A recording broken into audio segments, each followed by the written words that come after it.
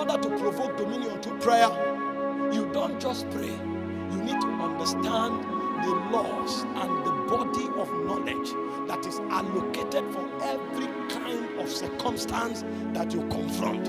It is your understanding of the body of truth that is allocated in prayer that will give power and efficacy to your prayer. That you are just praying does not mean you will not dominion. There are definite laws that govern each order of prayer that provokes definite order of dominion. And I said, before you tap into the frequency of applying the laws that govern prayer, there are foundational principles that must be followed. And the first foundational principle I said is that you must turn to the Lord. In 2 Chronicles chapter 7 verse 14, he said, if my people who are called by my name, that means they are God's people. God is not denying them. They carry the name of God. You know, the Bible said the name of God is a strong tower.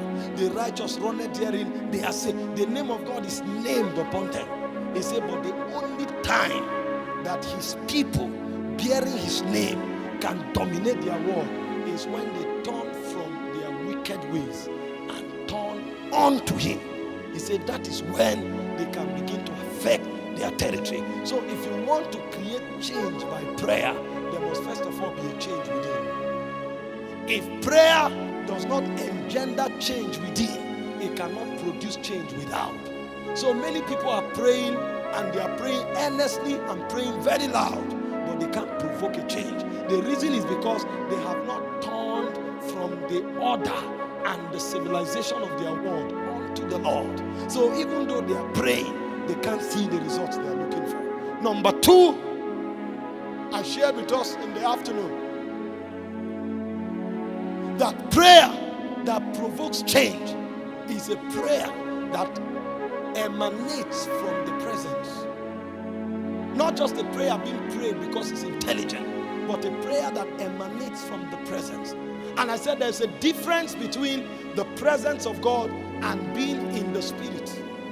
The Bible said in Romans chapter 8 verse 9 that if you have the Holy Spirit, you are in the Spirit. But that you are in the Spirit does not mean you are in the presence.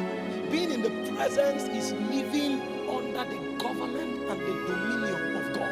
That means God functionally regulates you. When that begins to happen, then you can advance a change in your territory. I'm telling you this because they are important. We are in an era where the move of prayer is upon the face of the earth. So we need to understand how to pray the right way and produce the kind of result that can affect our world. Else, very soon, many people will become famous for praying, but there will be no territorial change. There will be many fellowships that will be known for praying, but there will be no territorial change. There is no glory in being known as a man of prayer when there is no impact in the territory. There is no glory in being known as a nation of prayer when there is no impact in the territory. So the beauty and the glory of prayer is not just that men are praying, is that there are visible changes that prayer is provoking. It is better to have two people praying in Ghana and it is affecting the economy, affecting the education, affecting the government, than to have the whole nation of Ghana as a nation of prayer. Yet there is corruption in every sphere. So if we don't know how these things work and apply ourselves to it, very soon we'll begin to glorify many people as people of prayer. We'll begin to glorify many fellowships as fellowships of prayer. And we will return back to flesh. And the goal will not be about territorial change. The goal will become about fame. So we want to publish all our prayer enterprise online so that people will know that we are people of prayer. There is no glory in being known as a people of prayer if your prayer cannot effect a change in your territory. But for your prayer to effect a change in your territory, that prayer must first of all move you to turn from the world unto the Lord. And number two, that prayer must keep you under the government of God's presence. That is why I said, when your obedience is fulfilled, then you can avenge every other disobedience.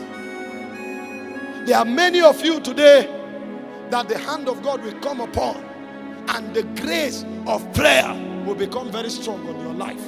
But what will make your praying and your prayer efficacious is that you will come out from among them. Touch not the unclean thing.